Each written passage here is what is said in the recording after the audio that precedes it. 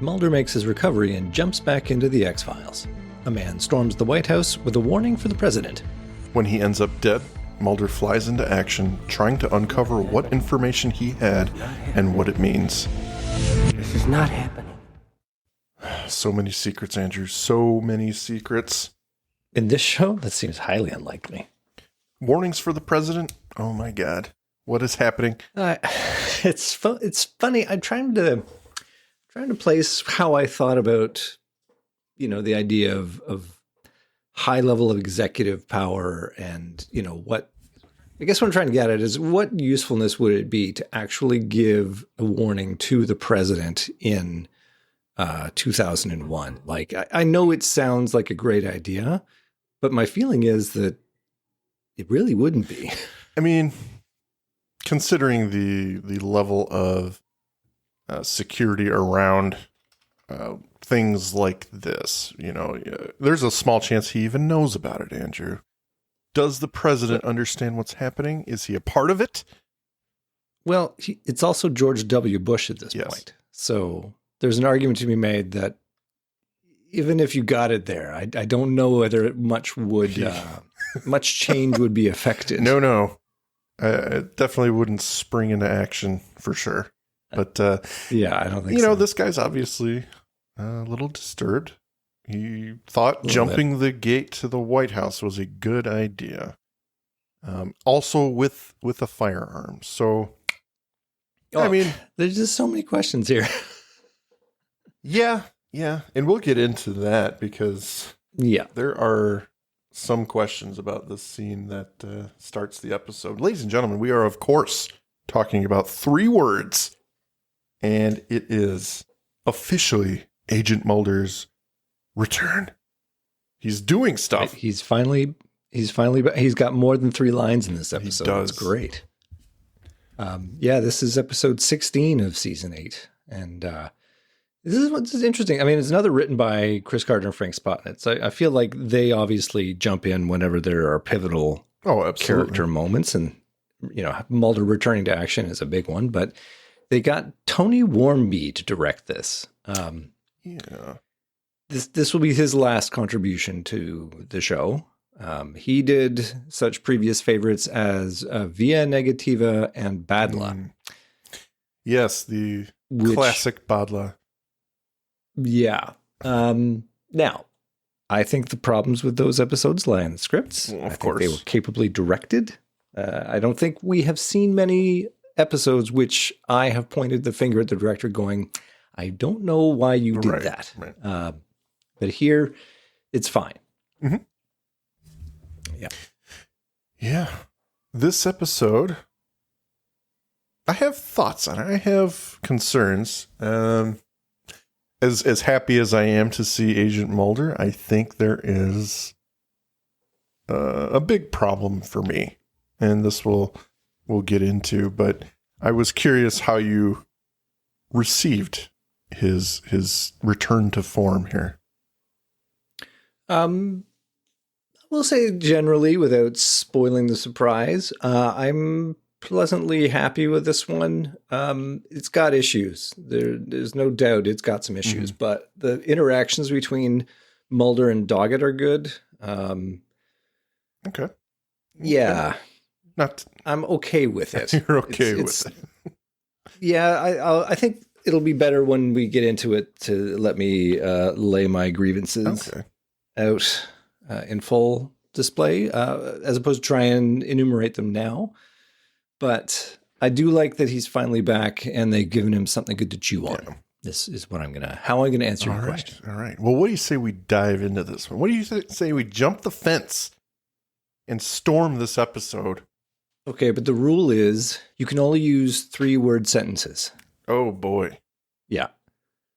That's a tough one. That's 4 words. You already blew it. Well, I haven't started yet. That's okay. Well, I'm watching. All right. I'm watching and waiting. Well, then I'll try to amend my opening here, okay? On the fly. A period after every 3 words. The sentences won't make any sense. Okay. We are I have to set it up. Okay. Nighttime in Washington, D.C. You could have done it there. Nighttime in Washington. Whatever. Tourist stare. Gate. They snapped photos. You are horrible at this. A man you walks. Are legitimately horrible at this. His eyes locked. The contents behind. It's White House. Lit up at night. If lit up is one word. Okay, he gets closer. Ooh, good. Yeah. Obviously struggling internally. He puts... does on count? Yeah, I'll just say okay. Gloves are equipped. Very good. Yeah. He begins... shit. He climbs fence. Blue screen apparent. Oh. Yes. People snap photos. He bolts forward. Secret Service angry. Hold him gunpoint. Ooh. The man flails. He is tackled. They subdue him. He calls for president. That's 4 words. You fail. No. He calls for president. Oh, you're right. Okay, 4. Keep that. Damn it. Screams for president. Very good. Yes, excellent. Aliens taking over. A gun! He shoots himself. Call for medic. One last breath. Hands mini disc away. Fight the future. Oh. So I would say if you have to do the entire episode like that, that would run. That on would par. take forever. Yeah, that would be as popular as when I tried it with an Irish accent. So yes, I'd say as an exercise, that was very brave, and I congratulate you on taking me on there. Well, I wasn't planning on doing such a thing. No, I threw you such a curveball. It was great. You know what? I did all right based on my notes, my script, and that's why we prepare. We are professionals. I think you can sense the tension of this opening through what I delivered there. So you should just do that all the time. Obviously. All right. So how did that opening grab you? Not what I said. How did the actual opening grab you? How did the actual opening grab you? Well, obviously provokes a lot of questions. If I overlook some of the sort of structural flaws of his plan, then I guess it's fine. Like my modern eyes look at him doing this and go, okay, getting a message to the president. Yeah, that's probably not going to be as effective as you think it is. Like there are probably better movers and shakers. So it speaks to his, what I needed was a scene of him arming up, of him being like, I've tried everywhere else. Nobody can help me. I've got to get it to the president, I mean, and then it makes sense for him to do this. But this intro, I'm sorry, I don't mean to cut you off. You go ahead. No. I thought you were winding down. I thought I'd enjoy. No, I've got more, buddy. I've got more. the gun. It's like, why are you bringing a gun? Yeah, and then he shoots himself with it. Right now, was that a? It could be a couple of things. Could be that a deeply rooted conspiracy has it so that he didn't carry a gun. They found they quote unquote found a gun and shot him with it. And then the cover story is he shot himself. It could be what they imply. And that's certainly what Mulder believes. But that's not what happened. The visuals are like they pull up his shirt and show a gun tucked into his pants, and then he grabs it and shoots himself with it. I thought that was pretty clear. It was very clear. And I double checked that myself because I was like, I don't remember if they shoot him and they plant a gun or something. But no, I watched that a couple times. I'm like, he definitely removes the gun and points it at his gut and fires. But it strikes me as the most inept thing you can possibly do. And as far as taking your own life, not very good. Like, it's only a pistol. Like, plenty of heroes survive gut shots. So I imagine they could have saved him is the other part of that. Why he decided to shoot himself is the other big question. Like, if his message is so vital, why?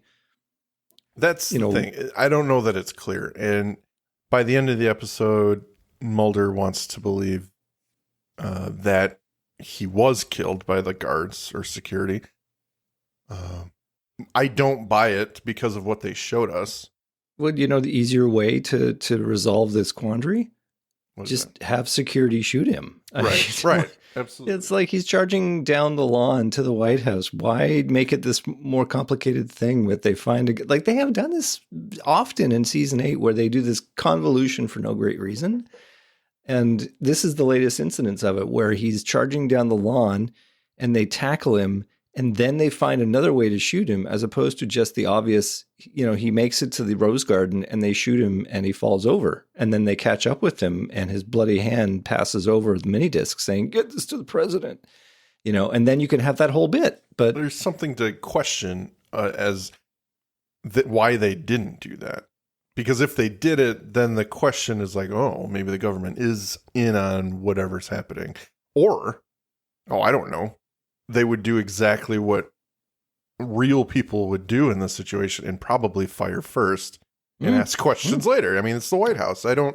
It's the White House. It's America. I mean, it would make perfect sense to me. Yes. The other thing you can do, and maybe I am going to point the finger pretty strongly at Tony Warmby now, is just cut away. Like, why show that he carried his own gun and then shot himself with it, which is... I don't like that they showed it because it's way too confusing because he definitely shot himself. It's not like it went off in the struggle and they were pulling at his hand. Yeah. No, nothing like that. He's got a free hand. His arm might be tugged on a little bit, but he definitely shot himself. They did not do it to him, no matter what. Yeah, and this is a conspiracy episode. It's a bit of a caper. So the easy way through is just you cut away and you hear the shot, and then you come back to the aftermath, and he's holding up the mini disc or whatever. All I could think, or they find the mini disc on him. We don't need to have his breathless goodbye. It could just be, and they shot him and they found the disc. So there's just so many bits in there that don't make sense to me that it did take me out of it a bit. Like the whole setup. Not to mention what this even means. Like, as we get into this episode, we're going to find that, like, there's this conspiracy, the setup of it. Right. And this is part of it. And it doesn't really make sense to me. So just keep this in your mind that this is how it began. Like, they engineered this so that he would do this.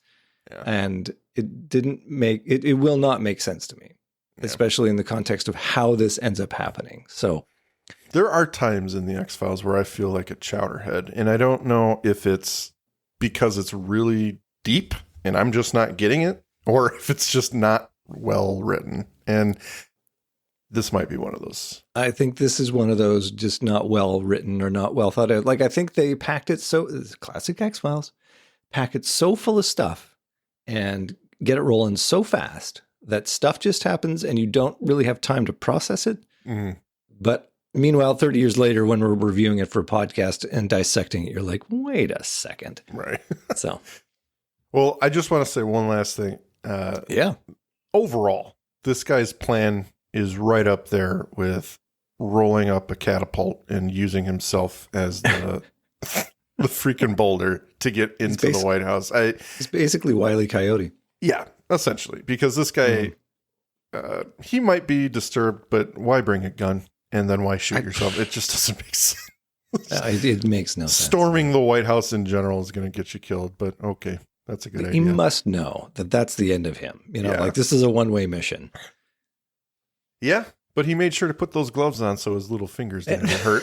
That's the other thing. Is what the gloves all about? Like, that's the question. Is like, if he knew this was the end, why do you give a shit if it hurts? Yeah.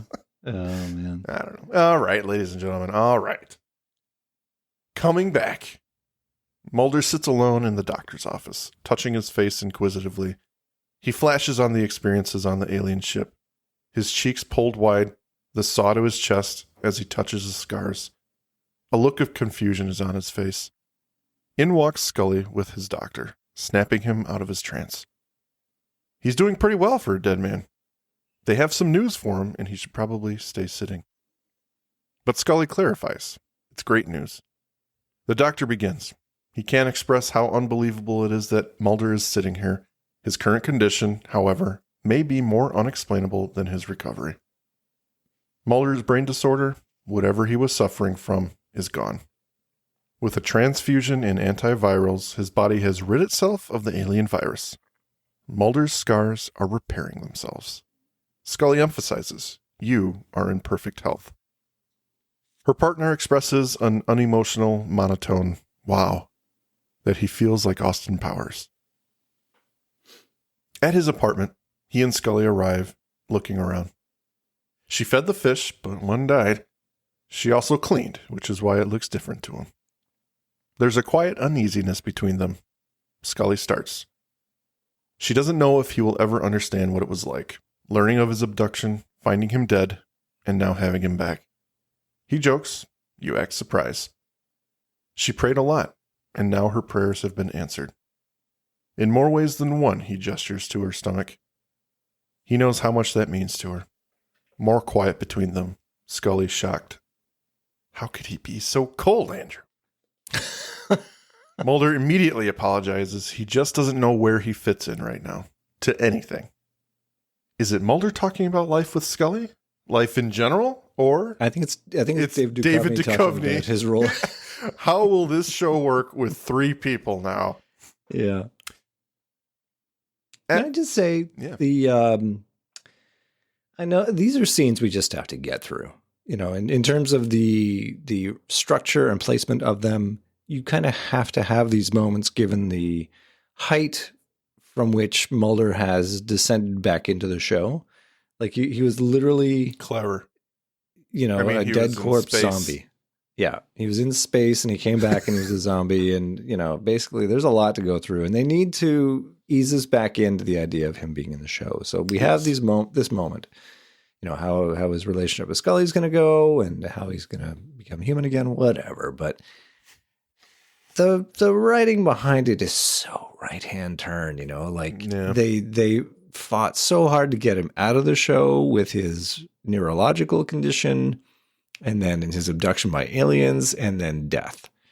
And now they have written it so that not only is he back in the show, but he is in perfect health, Mike. All that stuff that we just went through, ta-da! It's like it never happened. Ta-da. That's all they can do. But you know what? I'm okay with it only because it gets him back to normal. No superpowers. I'm happy. And of course, this medical miracle will have no real world consequences. It will not be that other dead bodies can be reanimated or whatever. You know, the miraculous resurrection of Mulder is a one-time event. Yeah. No one else thought to give people antivirals. Yeah. Or Tylenol. Go get yourself some alien DNA in you and then take antivirals and you'll clear up everything that ails you. Yeah. Well, we go now to the Federal Corrections Facility. In the day room, the prisoners sit, playing games, talking as the librarian book delivery dude rolls his cart in. Joking, he has the new Harry Potter. He pulls up to Absalom and offers him a book, but the man ignores him. Expand your horizons, the man suggests. He catches Absalom's attention with a book entitled The Coming Apocalypse by Stephen King, no doubt. Oh, yeah. The religious man takes it and opens it. To his surprise, there's an article about a census worker shot on the White House lawn. Kirsch's office. We cut now to footage of the same man on a news story. His name, Howard Salt. Doggett and Skinner arrive as Kirsch turns the footage off. You never see them coming. People are so rarely what they seem. An application was submitted to me this morning by Agent Scully on behalf of our old friend, Fox Mulder, for reinstatement. I assume you both know about this? Reinstatement? To the X-Files. Mulder just went home. Well, somebody's very anxious for him to get back to work. I wanted you both to see this before I deny the application. What is it? It's a review of the success rate of the X-Files since Agent Doggett joined the team. Damn impressive, John. Impressive, sir? The only thing impressive about my work on the X-Files is that I even know what's going on half the time. From this report, you and Agent Scully have had more arrests on percentage than she and Mulder over 7 years. Take a look. Well, that's not very fair to Agent Mulder. So many of his cases involve Aliens? There lies a problem. The FBI isn't a place for personal crusades. I'm asking you both to make that understood. On my behalf. Well, you can't ask me to tell Mulder he's off the X-Files. It's his unit. He created it. I'm not asking you, John.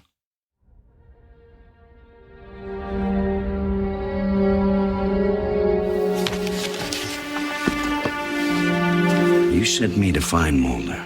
I found him. Don't charge me with driving a stake through his heart. Maybe you'd rather I close the X-Files. Then we'd both be getting what we want.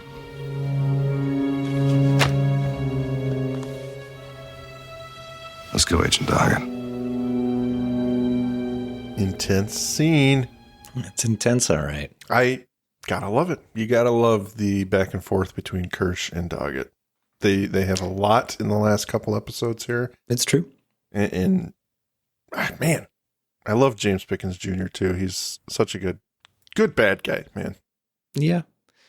I guess I mean, this is the thing. The song I have been singing through multiple episodes is, if Kirsch wants to close the X-Files so much, why doesn't he just do it? You know, well, this was one of my notes for this particular scene. Great scene, number one, whatever. Oh, yeah. But the issue with it for me is the premise. And I know we're talking about a TV show. Mm-hmm. That is not lost on me. As you so often bring up breaches in protocol, I guess I will too. A supervisor can't ask someone who works for them to deliver supervisor news. Yeah. Doggett is not a manager. So if anyone should deliver the message, it's Kirsch or Skinner. 100%. And I would imagine Kirsch, if he is the asshole we are seeing him be, he would delight in being able to, reveal this news to Mulder directly. I don't know this is obviously punishment for not abandoning the X-Files in some way. I suppose. Doggett chose to stay and he gave up the career opportunity that Kirsch was maneuvering him for. It's still on the table. Either way, I like it. I think it's very fun. It's good TV. Yeah. If the rest of the episode wasn't so confusing. So well, this doesn't help because it's also a little bit confusing. It's kind of a big dick move for no great reason other than to show you have one. Yeah. Which I suppose could be Kirsch's motivation here. It's like, I'm going to let you do the thing you seem to want to do, but it'll be on my terms. Like, if you want that Strait of Hormuz closed, it'll be closed, but we'll be the ones closing it. Thank you. Right.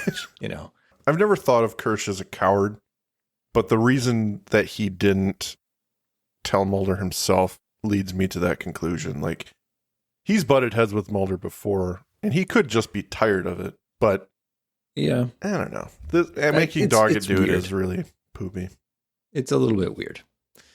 But yeah, it did make me ask questions about what Skinner's actual role is anymore. Like, he was brought in to be the heavy, and then they brought a heavy over the heavy when he turned into an ally. And then they've been flirting with the idea of putting him back in the gray zone. So I don't know what Skinner's role is very much going forward. They seem to put him on the side they need him to be for the purpose of that episode. Right. Well, Kirsch doesn't want me behind a desk, Mulder says. The group convening in his apartment. He wants him to quit and to punish him. Mulder quips this magic bullet was fired about 8 years ago and is now poised to hit him in the back of the head. Scully suggests a defense, but Mulder stops her. She's about to give birth, In a couple months, she'll have more important things to worry about than if the X-Files remain open. Skinner takes the opportunity to clarify. They will remain open, with Doggett running them. Mulder asks who that is. She lets it out that she's had a partner while searching for him. Mulder doubts Doggett has any knowledge of the paranormal, and Skinner pretty much confirms. Mulder leaps to a theory that perhaps it's not who fired the magic bullet, but if it was a lone gunman. Scully then comes to Doggett's defense. He is above reproach. He is also being maneuvered. Mulder gets up to get dressed. For the first time, he feels like getting back to work. Oh, God. In Bassett County, West Virginia, a group of convicts work, digging on a gravel road as security officers watch with rifles and shotguns. Absalom digs with them and manages to happen upon a piece of broken wood, a small nail sticking out at the end. Convenient? Mm-hmm. He squirrels it away as some police transport vans pull up. They call to wrap it up and begin wrangling the convicts to board. Absalom positions himself behind a convict and grasps the wood from his sleeve, ready to strike. As he and the prisoner in front near the van's door, he pushes the man out of the way and he drives the nail end of the stick into the throat of one of the officers, bolting for the wilderness around them. The convicts begin hollering at Absalom, cheering him on. The officers are a little slow to react and give chase, checking on their partner. A van tears off in pursuit, keeping an eye on Absalom, an orange dot in the hilly backdrop of tan. The horn of a train sounds as it approaches. Absalom is heading for the tracks, running with everything he has as the van sticks to the road on his perimeter. The train barrels down, getting closer. Almost there, if he can just push past the tracks. His thin shoes slap past the tracks as the train passes. The van is forced to stop. Absalom keeps running, successful in his escape, at least for now. Oh, boy. I was initially skeptical of the escape. It was doubtful at every turn, the idea that he was going to be able to overcome a guard with this spike, that he was going to be able to get away without getting shot, and then to get away from a van which was chasing him, and then to get past the train. In the totality of it, you know what? It's an exciting little chase sequence. And boy, that van driver gives her. There's so much fishing in that van. I'm impressed. So as a scene, like as an action sequence, it's pretty cool. Yeah. But what kills it for me is later on, we're going to remember that the whole conspiracy is a setup to kill Absalom as one of the components of it. He is somehow engineered to be able to escape so that he can get out and be killed, because somebody gives him the newspaper article which inspires him to escape, and then he connects with Doggett, and then he gets killed in the process. And Doggett puts the pieces together that he has been used to kill Absalom. So the planning involved in this series of events feels to be... I don't know that I buy that. I just can't. And okay. I'm sure you might be right. I just cannot buy that him actually escaping is planned. I don't buy it. I can't. Listen, I also don't buy it either, which is my problem. What I could buy, Mike, is his escape prompts an opportunity for somebody to get rid of him. Right. Right. That I could buy, except that it doesn't make sense. Like, he points himself at Doggett. He engineers his opportunity to get into the Census Bureau, whatever. Right. So Doggett blaming himself or somehow getting mad that he's been used to get Absalom killed. Like, if they wanted him killed, they'd do him in jail. Right. He would just be shanked in jail. Absolutely. And that would be it. That's why I don't believe this whole thing is part of any setup. That's right. I think the convict showing him that, I just kind of, and I could be wrong, like I said, I feel like a chowderhead sometimes with these episodes. Maybe I don't get it, but I think that people maybe know who he is and assume this would be something to get him riled up. So that's why the convict shared the article. It is a little ominous, I guess, but I don't know. It speaks to a conspiracy that Absalom knows that we don't. Like he maybe, but is there a picture in that article? I think there was. There was the article of Howard Salt and his face. Yeah. And there was his face. So that means that Absalom knew him. Yeah. And he is part of his flock. Yeah, he's part of the plot. So he knew what Howard Salt wanted to do, and he probably knew why he wanted to do it, which meant he knows the significance of maybe it re-energized him to find a way to escape. I don't think they planned anything there. No, it's ridiculous. I'm just pointing out that it can't be that. So right. Doggett arrives home that evening and makes himself comfortable. He turns on a desk light and checks his mail. The camera creeps closer to him from behind. A gun is drawn and cocks. Alerted, Doggett turns slowly to confront the intruder. It's Absalom, holding him at gunpoint in iconic bad guy form. 90-degree angle, bent at the elbow. Oh, yeah. Gotta love it. At least it's not gangsta style, gun turned on its side. Yes, we are still in that era of TV, for sure. Yeah. He grabs Doggett and throws him into one of his chairs and commands him to put his head down. He does, and Absalom checks his neck. Then he tells him to sit up. He had to make sure he was himself. I'm still me. Absalom rips out the article about Salt. They killed him for what he knew, and they'll kill me too. Doggett tries to lunge for the gun but fails. Absalom tracks him back down to his chair. He's taking him on a trip to the Census Bureau. He's going to show him, and you, Doggett, are going to spread the word. The invasion has begun. They're already here. Doggett continues to feign ignorance as to what Absalom is referring to, refusing to acknowledge the assailant's wild claims. Certain men among you have withdrawn inhabitants of their city. Absalom continues his obscure talk as the phone rings. He commands Doggett to his knees. Skinner briefs a room of agents on Absalom and gives his rap sheet. Fight the Future plasters the projection screen, something scrawled on the walls of Absalom's cell. Scully's in the back of the room. Obviously, she's the one trying to phone Doggett. He commanded members of a UFO cult. He escaped a work detail 40 miles from prison and claims knowledge of an alien invasion. The agents laugh. There is evidence of torture, Skinner continues, with a photo of Teresa Hosey. As he wraps up, he dismisses the agents and approaches Scully. She can't reach Doggett. This is an X-Files case. He should be. Her phone rings, and after glancing at the text message, she hands it to Skinner. Mulder is asking where everyone is. This may be the first text message in the entire One show. of the first. Yeah. Right. Maybe the very first one is in blood, but that's not an official SMS text message. That's somebody messing with the phone. Bye-bye. Bye-bye. But yes, I am pretty sure that this is the first episode where one character sends a text to another, and they make a big deal of it. Absolutely. It's that time, everyone. The Magus Media Production sales pitch.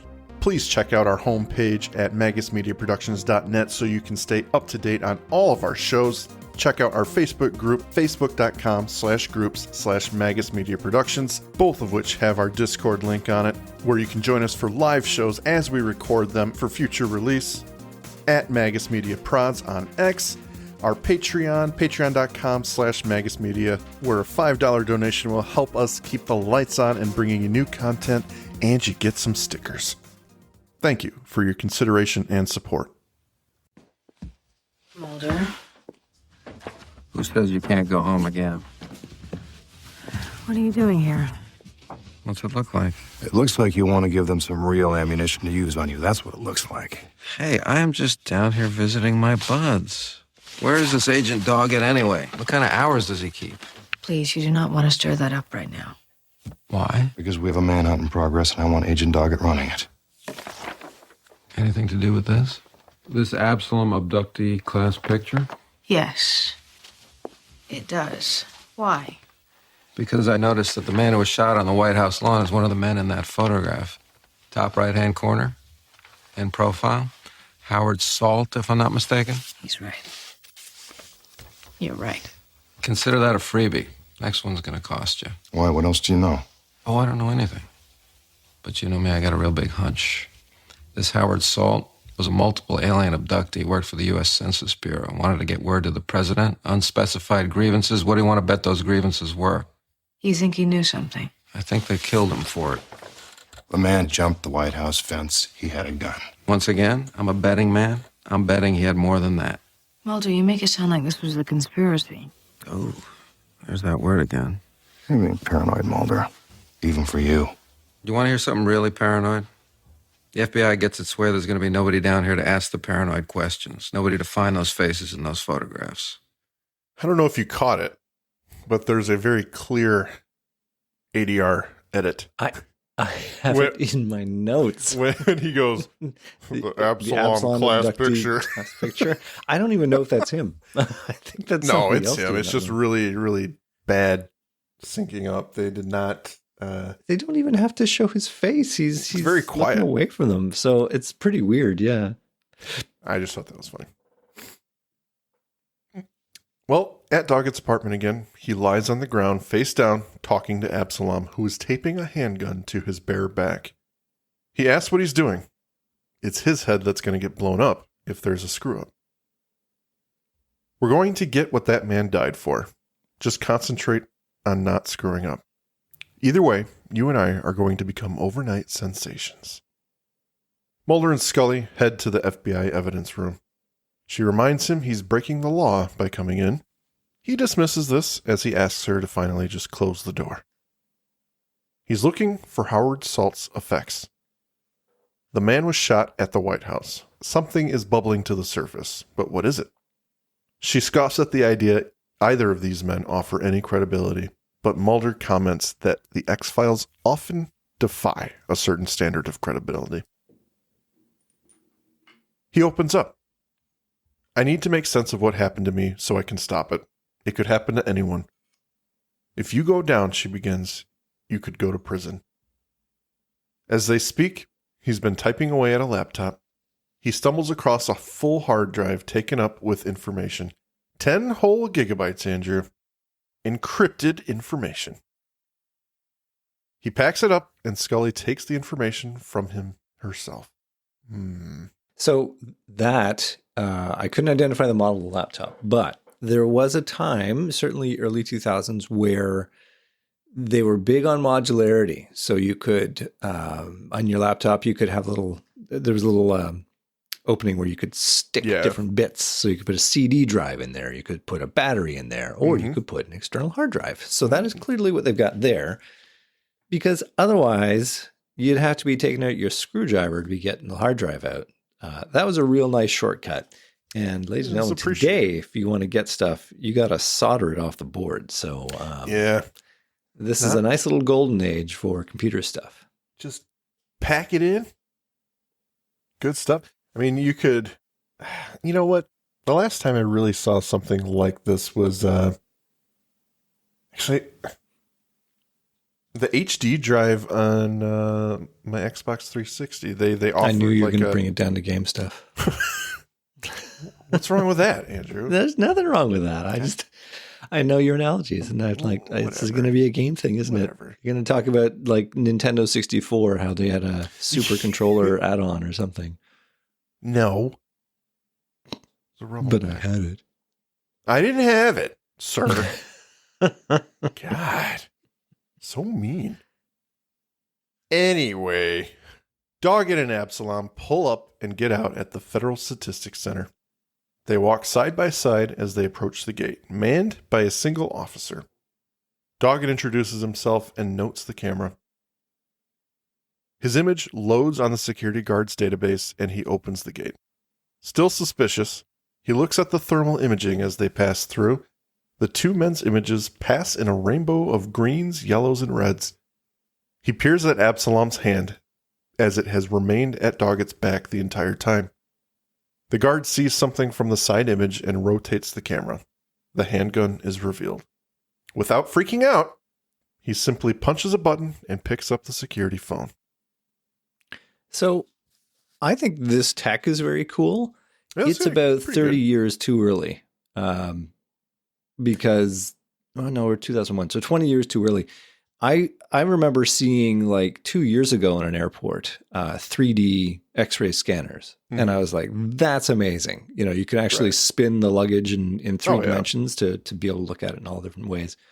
That's what we've got here. And I guarantee you this did not exist in 2001. Definitely not what he does. Yeah. I mean, he takes a single camera's view and rotates it 360 on his computer. It's like, how did you get that image? But listen, it's okay. Cool. It's a cool reveal, that's for sure. Yeah, but completely not possible for the time.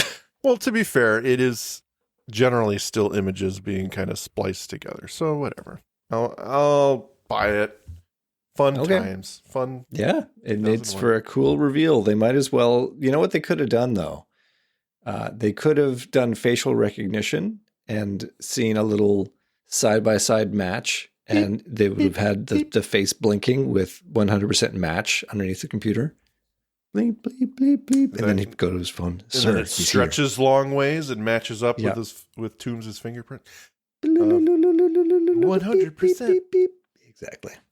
So I have a question, because this next scene takes place in what looks like a parking garage / basement. And then there's a single white room. Yes. A clean room, if you will.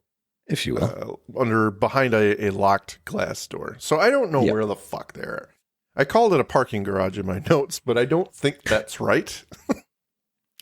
It just doesn't make sense to me aesthetically. I don't get this area. But the problem with this episode generally is that they are light on exposition as to why things are happening and where we're going. Mm-hmm. We will learn later from the lone gunman that this is a federal information center. It's a database storage facility, but how Absalom knows about it, how he knows to get into it, he obviously knows he needs Doggett to get into it. How Doggett even has authority to go in there? Like, I feel like, he's with the FBI. They have all the credentials you need.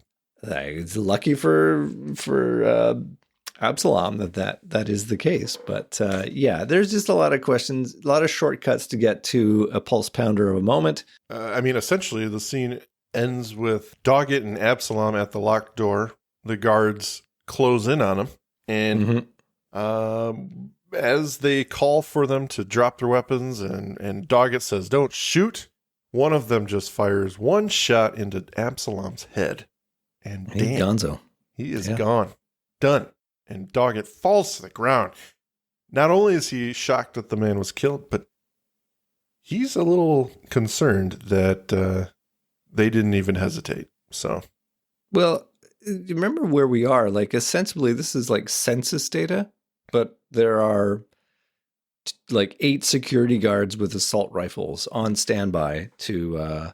The only thing I get out of this would be, all right, a little fuel to the fire that this is an actual conspiracy. Like, there is something to it. Right. But, there's a lot of information missing for me still to make it make sense. Well, in Skinner's office, Doggett relays the story to him.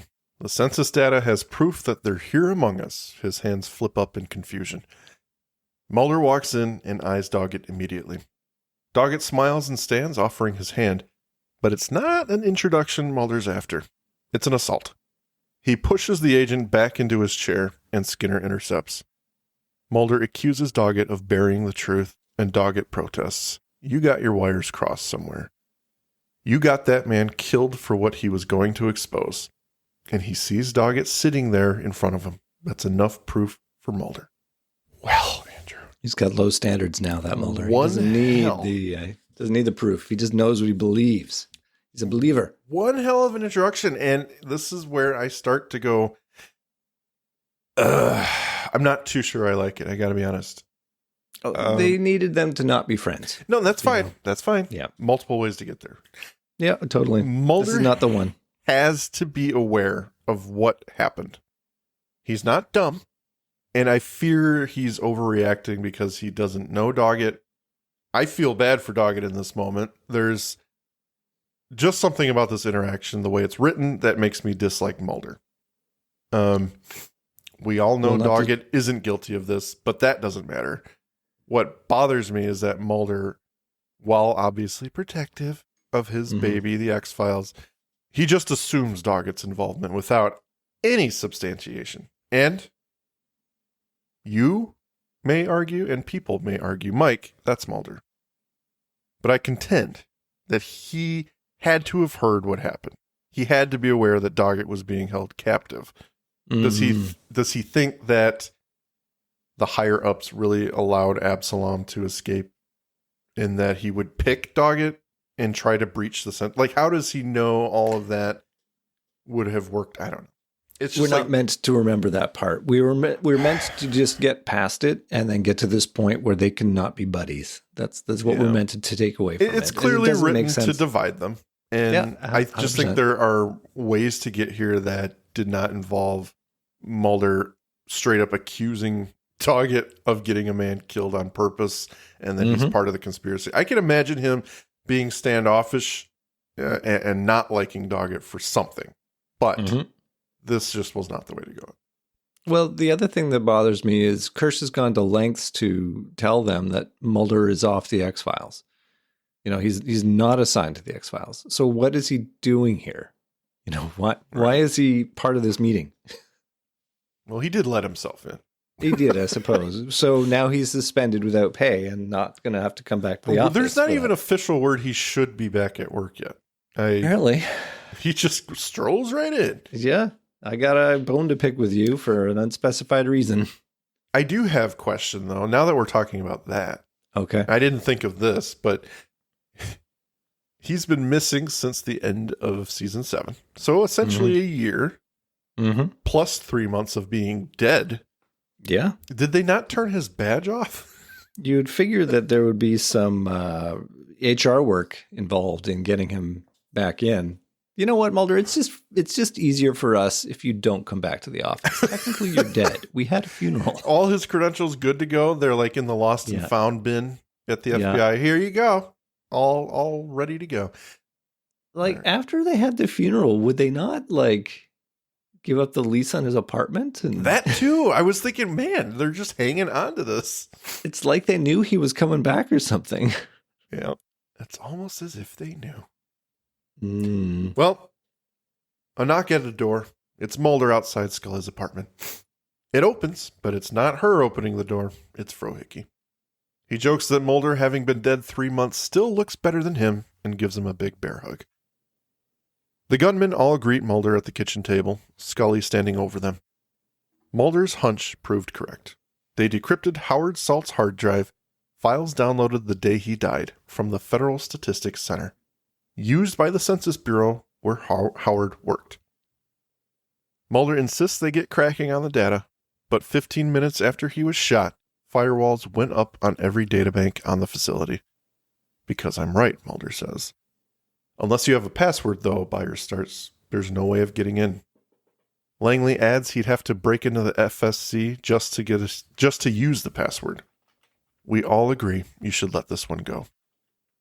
Mulder decrypts the subtext here immediately. Somebody has been doing campaigning for her cause, eyeing Scully. And with a little 2000 election humor, he ends the conversation with, "This is America. Just because you get more votes doesn't mean you win." Bam. Bam, he dropped it. Boy, did he drop it there. Nice little throwback to the Gore-Bush fiasco, the Florida Chad fiasco, if anyone the hanging knows. Chad, as it were. Yes, for those of you who don't remember or were not alive or don't give a damn.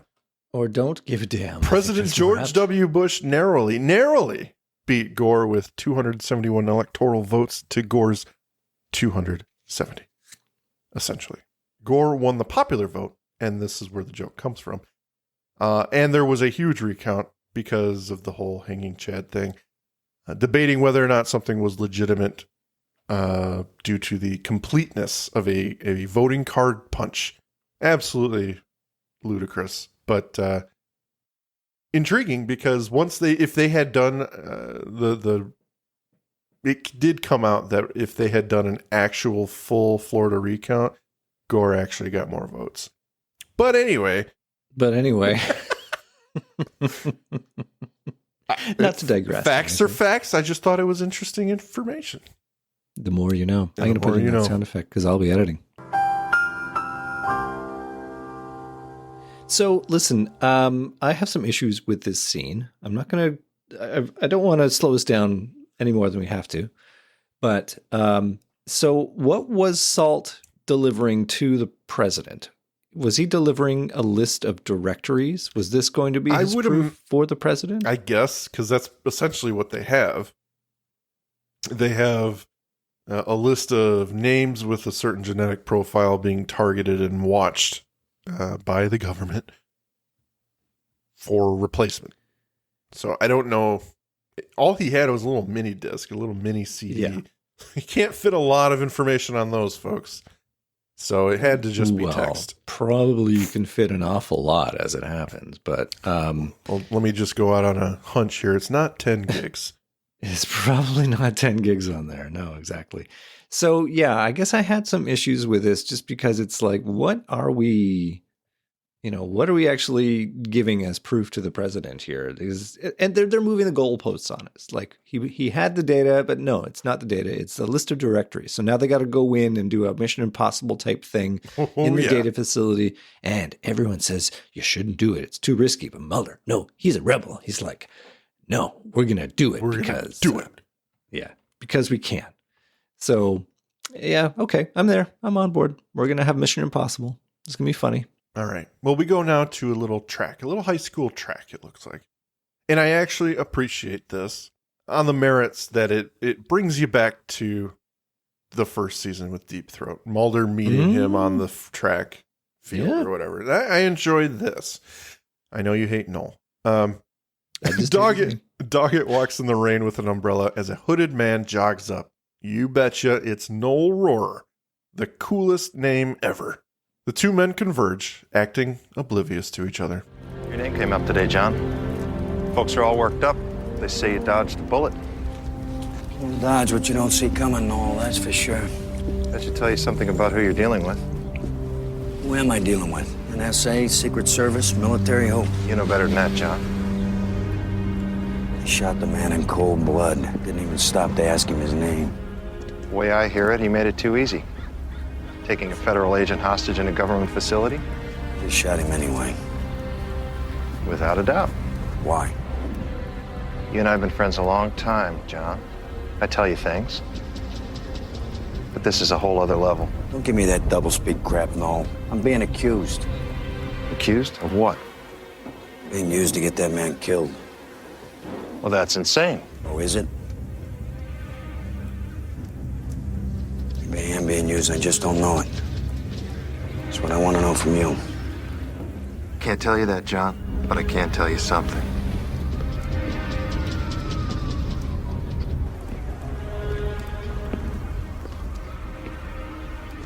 One thing you already know. These men are very good shots. What don't I know? 3 words. What are the 3 words? I love you. I love you. It's I love you. That night, street. Scully hails cab. Doggett intercepts her. He is frantic. You are getting much better at this now that you've got some practice under your belt. Yes. He has a message for Mulder, but he doesn't want to confront him right now. They're not talking. So they're going to play, 5th grade, Does He Like Me? And deliver a message. He received information about the escaped convict. One of his disciples was the man shot at the White House, he tells her. They know that. But he had a diskette he was trying to get to the president. He can't reveal who told him this, but the diskette had a password.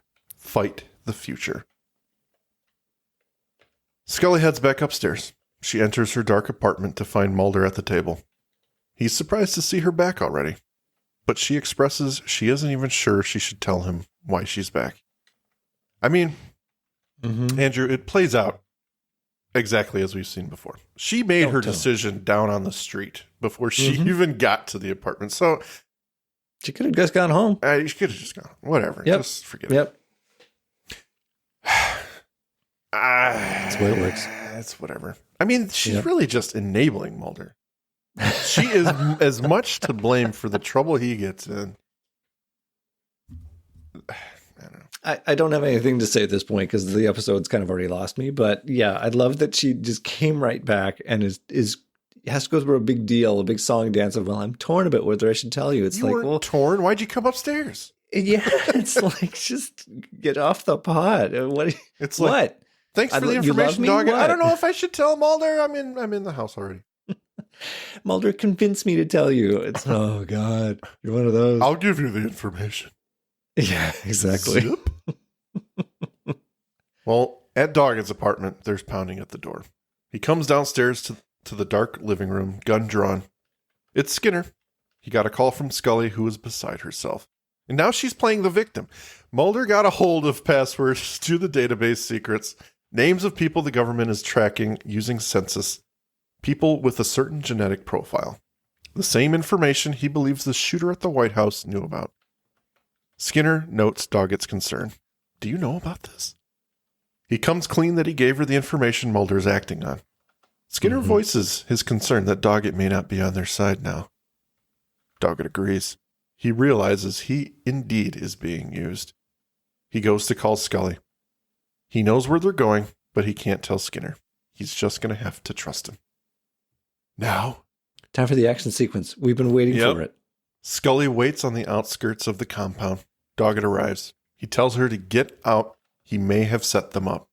He can't explain now, but he insists that she leave, and he runs towards the building. Meanwhile, Mulder eyes the entrance himself. From inside, Frohicke does his best Ethan Hunt. Talking with Mulder on a headset, he's there to secure a way in. The security guard sits in his booth, writing on a pad. Probably the screenplay he's been working on so he can get out of this job. Mulder sneaks up on him and waits for him to conveniently leave his post to do something, allowing Mulder to proceed. Fax his screenplay to his agent. Yes. Do you think this is a good line? Of course, the tension rises as the gunmen fumble their way to gain access. It's an odd scene, Andrew, because... Is it? I hadn't noticed. Okay, this is Mike complaining about the editing of the scene. Oh, okay. And so maybe not just the structure, just the editing of it. Well, okay. the structure too, a little bit. Okay, so they flash from gunman to Mulder looking at the overhead cameras to the guard, whatever. It just feels like the one shot, they throw in a shot of the guard writing in his notepad again, which is obviously the same scene they used previously when Mulder was sneaking up, but whatever. If they had not shown the guard, it would be more believable. But as it stands, the guard got up to check something. That's fine. Mulder sneaks to the gate, which is right next to the guard shack. The guard comes back, having not looked out the window or at his monitors at all. So he's one of the worst guards ever because Mulder is right outside. But he's working on a screenplay. He is in full visibility. Yeah. And I'm sorry. The gunmen hack into the gate to open it. Does the guard not notice this huge metal gate being opened without his permission? I had the same thought. It's like he's there. Like it is a bit weird editing, and I guess we are slamming on Tony Warmby here. Well, that it's not his fault. No, it is. It is directly his fault. Can be. Unless the editor went rogue. But I don't buy that it's fully his fault. I'm sure he has something to do with it. But well, listen. Okay, come down to this. Could you re-edit that sequence so that I bet you could. So then it is the editor who then did it, or the producers decided to go this way, and it turned into what it is, sort of by committee. And okay, I guess we're going to go with this. It's not perfect, and you're right, because they had a moment where the phone rings and he walks away, and I thought, oh, that's his cue. That's the moment he's going to zip past and go. But no, he comes back. Exactly. And then they do the thing where the door opens. That's my problem. It's like, if they had just not shown him again, it would be at least that much more believable. But 100%. Because he's back at his desk writing a screenplay. Yeah. All right, whatever. I'm done. It's fine.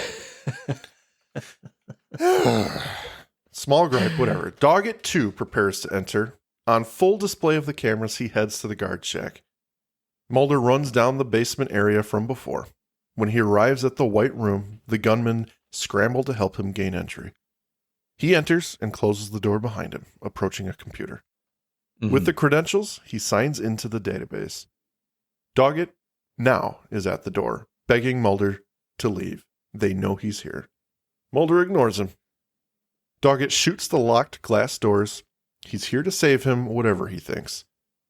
Mulder again accuses him of being in on a conspiracy, but Doggett reiterates he has no idea what the information is. But Mulder elaborates. They've been targeted because of their genetic profiles for replacement. He begins attempting to email news outlets the data in the files. That information is not going to make it out of here, Doggett says. Army Humvees roll up to the site outside. Scully calls the gunmen and warns them. They can't get him out quick enough, and they inform Mulder the cavalry has arrived. Mulder once again turns to Doggett. You set me up. He denies it. Doggett grabs his arm to pull him out of the chair, and Mulder angrily pulls it back. Doggett tries to rationalize with him. If I set you up, I wouldn't be here trying to help. They're going to kill both of us. Langley, overhearing and seeing the security footage of the approaching vehicles, suggests Mulder listen to him. Frohicke informs him of only one exit. The soldiers arrive. Mulder and Doggett look for that exit. The camera then follows the cavalry, guns drawn, lights on, running towards the office and breaching it. As they search, the men are nowhere to be found. As they scatter through the room, the camera pans up and we see a ceiling tile lower into place. Can I just make a quick comment on Absolutely. Drop ceilings in offices? This doesn't work like this? Yeah. And it's never this easy? Here's a little quiz for you, Mike. Uh-oh. How much weight do you think... So technically it's called a drop ceiling. The little tile sort of pops down as they've gone through. I'm guessing you've never worked in one of those. You've never had to do anything. Oh, of course I have. Oh, okay. Have you ever crawled up in there? Yeah, I walk freely. It supports at least 200 pounds. It totally does not support that weight. 15 pounds maximum and creaking all the way. So... Well, they did it, so I don't know what your problem is. They proved it can be done. It happened, Andrew, so clearly it's different there. Yeah, okay. Sorry. I just make my little reservation about it. The hilarity of it, and this is where I was going with it, is where the tile is. Mm-hmm. When they show it kind of lowering into place, I don't think there's anything tall enough for them to have stood on in that area, but maybe I'm wrong. Oh, yeah.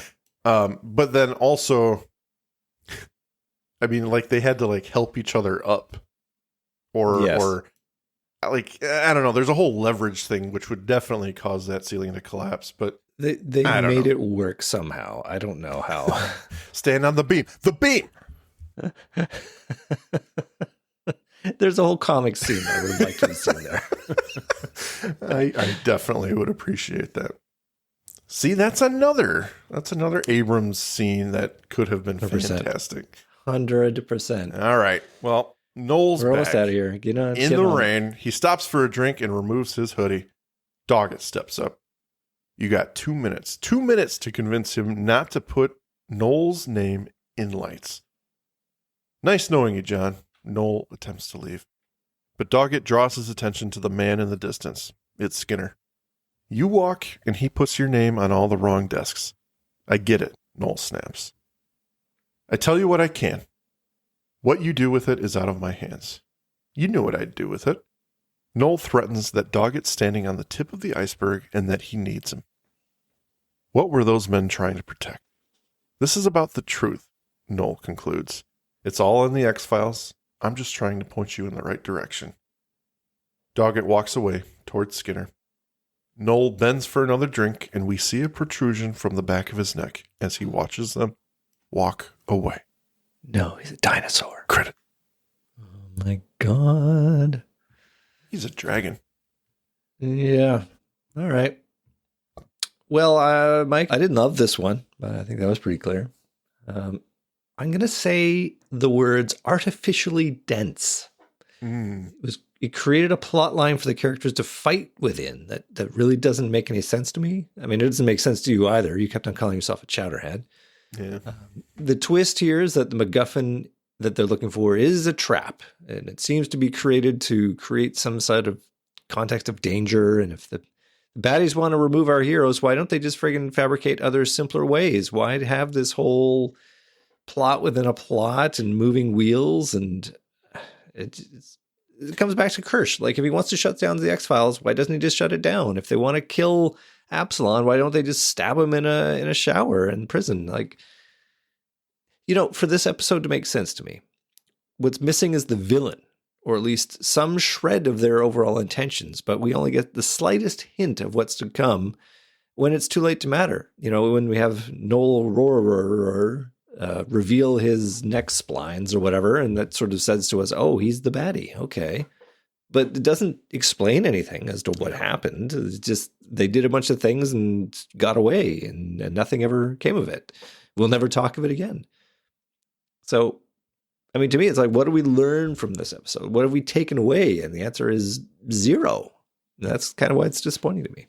Mm-hmm. And that's fair. I think this episode is just highly confusing, convoluted, to say the least. Yeah. To be fair to the episode, like we discussed a little bit, I don't think that the government was in on Absalom's escape. I don't believe that. I don't believe certain aspects that are supposedly, hinted at as being part of the conspiracy. I don't know. Mm-hmm. Maybe I just don't get it, but if it is all connected, then that's one hell of a conspiracy. Mm-hmm. As far as the X-Files go, I think that is more. It started with Howard Salt. He wasn't forced to do anything. He didn't have someone telling him what to do. He just did what he was going to do. He did what he thought was right. Mm-hmm. He gets killed. Absalom hears about it and escapes. Absalom doing what he does, he is determined to get this information. So this is where it's hard to explain, because if you just don't include the government until this point, then it's like, okay, then why is the episode focused on saying they got him killed? Yeah. Yeah, they spend so much time doing that. I just feel like, I don't know, man. If it's all related, he got then himself killed. Then it's He so got himself freaking killed. confusing. But yeah, I don't believe that the government was involved in the beginning part of that. Whatever. That's how I choose to believe it. Please prove me wrong, anyone, if you'd like to. But as far as the X-Files itself, I think that is just kind of like collateral damage to this whole thing. Noel knew that Doggett would take it to Mulder, and Mulder would get himself in trouble, or attempt to get himself in trouble. I don't know. I mean, as far as the government, for me, they were just hiding this information and it's coming to light. So now they are taking care of that information. That's it. I don't think, I choose not to believe there's some whole conspiracy theory to help Absalom escape, get the X-Files involved, and take them all down. I don't believe that. Well, we've talked about the government as a character before. Right. And I just don't buy that they are that capable. And certainly I don't think Chris Carter believes that they're that capable. I don't think so either. I mean, Chris Carter, he likes really neat-so sounding things, and he obviously built this show on conspiratorial stuff, and he was great at it. But I find it hard to believe that he would just jump the shark that badly and make it one massive conspiracy that certainly everything's just going to snowball the way it needs to by guiding Howard Salt to storm the White House, and Absalom's going to escape from prison and know exactly where he's going and who he's going to hold hostage. No, I don't believe that. So I give credit to Chris Carter here in terms of I think he's smarter than that. So it just doesn't fall together very well. Well, exactly. Well, that's what I've been saying this whole time. Yes. So I think we're kind of in we're good. agreement We're there. going in circles there, but Yeah. that's the episode. Mulder hates Doggett. Hey, we made it. One of the positives I'll say is I like to see Doggett get some conspiracy time. He's actually doing something, however confusing it is, in this episode that brings him into being utilized in the conspiracy. You know, in the first 2 episodes, he was being maneuvered to find Mulder, and now he's actually getting a taste of some quote unquote conspiracy stuff. So I enjoy that part of it. I think they're trying to make it feel like that way, but I don't think he actually does anything. He doesn't really do much. And he sort of goes to great lengths to suggest that he's been taken advantage of, but I don't think that checks out either. So Right. The episode tries so earnestly to make you think that something important has happened here, where I don't think anything is earned at all. Right. That's kind of where I land on it. Fair enough. All right, ladies and gentlemen, that is the episode, and we will see you next week. Andrew, if you would like to say goodbye, please do so. Yeah, I got nothing really to add here other than if you're doing a prison escape, always check your train schedules. That can come in handy when you least expect it. Thank you for listening to today's episode. If you liked what you heard, please rate and review on your podcast app of choice. Andrew and I would be eternally grateful to you fine people for helping us expand and get the word out. Also, we've got a killer group on Facebook. Feel free to join in on the discussion at facebook.com/groups/thisisnothappeningpod and become an official member of the syndicate. We do polls and we have questions for every episode to give you guys the opportunity to chime in and possibly let your voice be heard on our recordings. And please join us on our new Twitter at tinhxfilespod, no dash, to stay up to date on everything, moment to moment. Thank you, and remember, don't stop swimming.